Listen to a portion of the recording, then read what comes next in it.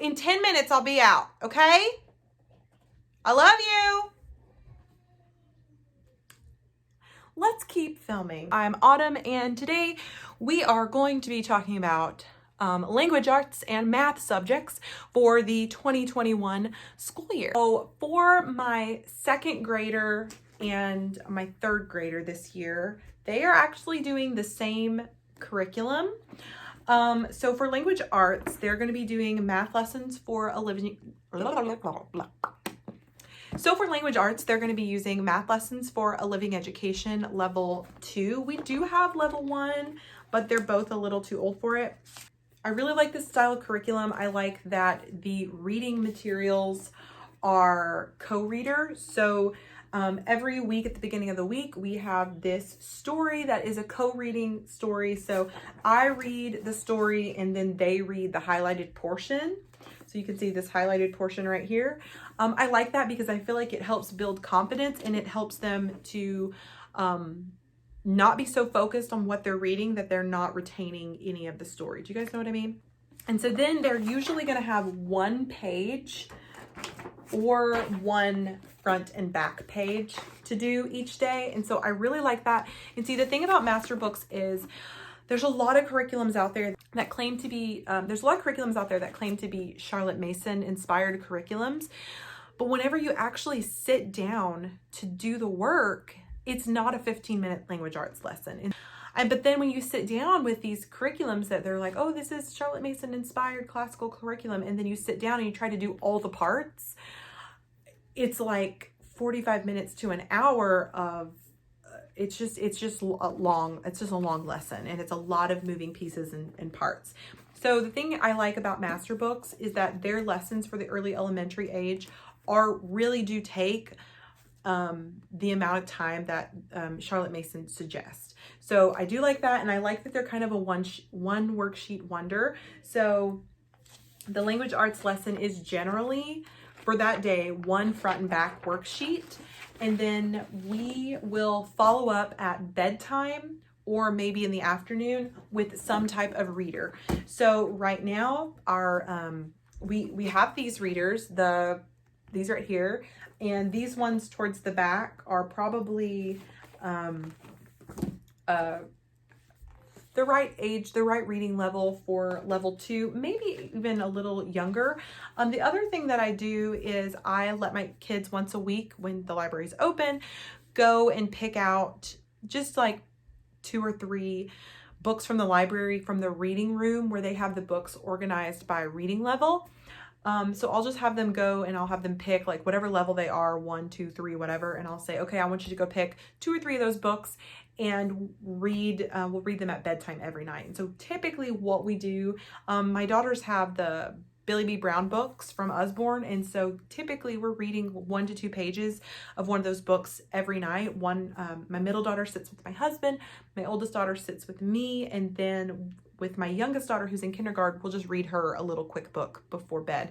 And so that has really been the best way, that the most natural rhythm to having our kids read to us, to practice their reading skills, is to just have them read to us at bedtime. Because think about it as like an adult.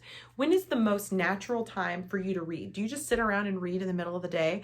I just don't think most people do. I think most people are either reading sitting in their bed at night before they fall asleep, or maybe they're getting up in the morning and reading like their Bible or devotional before they start their day. That seems like the natural rhythm for when people do the majority of their reading. So it just seems natural for my kids to do the majority of their reading practice at bedtime. So we've got these books.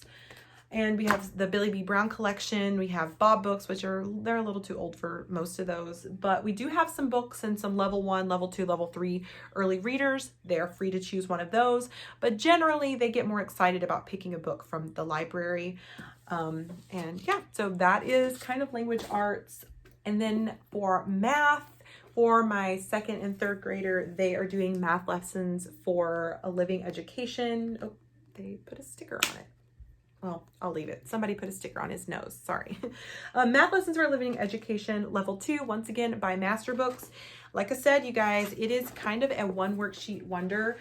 Generally, they have one front and back worksheet to do per day. It is also a story-based curriculum. Let me actually find one of the pages. So it's a story about these twins and their life experience, and basically the math lesson is like mixed into the story. So every week you're usually reading, kind of like reading a chapter of their story. So it's front and back, and then you're going to have a one front and back worksheet each day to do. So the first lesson of the week is going to be a little bit longer because you're reading, but all the other lessons are just a front and back exercises, front and back worksheet, and it's quick. It's a one worksheet wonder.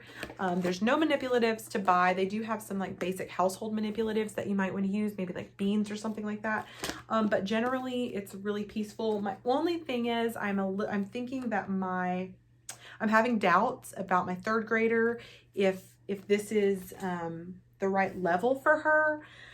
So I'm thinking about either buying her level 3 if I feel like she's ready for that, or just go ahead and doing teaching textbooks with her. But I'm a little unsure right now if I want her to do teaching textbooks or not. Then I also wanted to talk about online resources for a minute. Khan Academy, you guys, is free, and so we will sometimes use Khan Academy. You can use it as a homeschool curriculum if you wanted to. And you can use the app, you can register your kids and keep up with grades and all that kind of stuff, and it's free. Also, we pay for ABC Mouse, and I used to think it wasn't challenging enough, but then I realized I needed to adjust their settings a little bit, and my kids have learned so much using ABC Mouse. I'm sure that you could, if you wanted to, use it for a full curriculum. And because I do think in the back office, they have like some worksheets and stuff that you can print out, just like Time for Learning, you guys. Time for Learning is actually quite similar to ABC Mouse, I would say, except for that they have testing. And if you go in the back office on Time for Learning, they have like all these worksheets and printables and things that you can print out so the kids can have like physical paper worksheets to do. But an ABC Mouse is kind of the same way. But it just kind of presents more as a game, whereas I think Time for Learning presents a little bit more as school. So my kids do ABC Mouse, and they actually learn quite a bit. And so what we've kind of done is we have a rotation where sometimes I'll have one kid on the computer doing ABC Mouse while I do table subjects with another kid, so language arts and math with another kid. And then I'll have a third kid doing the Maestro app hooked up to a MIDI piano keyboard. And so basically I have one kid doing ABC Mouse, one kid doing these like virtual piano lessons, and another kid sitting doing like paper school with me. Sometimes we do it like that. Sometimes we just all sit down and do our like language arts and math together. But I do feel like that's kind of a fun rhythm to kind of keep them moving to basically to different stations, really. So we have like our ABC Mouse station, our piano station, and then our like little desk, and then everybody gets some one-on-one time with me, and people aren't like reaching for me, like having to get me to go to everybody all at the same time. But anyways, so those are our language arts and math resources for the 2020 school year. So many numbers, you guys, so many numbers. And that's kind of it. So next video is going to be our family subjects, or our couch subjects, aka history, science, Bible, geography, all that kind of stuff.